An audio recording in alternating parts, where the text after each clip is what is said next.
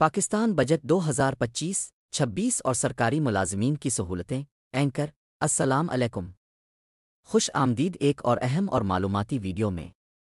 آج ہم بات کریں گے پاکستان کے وفاقی بجٹ 2025-26 کے بارے میں، خاص طور پر سرکاری ملازمین کے لیے کیا نئی سہولتیں دی گئی ہیں، کن شعبوں میں تنخواہوں میں اضافہ ہوا ہے، اور حکومت نے سرکاری محکموں کے لیے کیا اقدامات کیے ہیں۔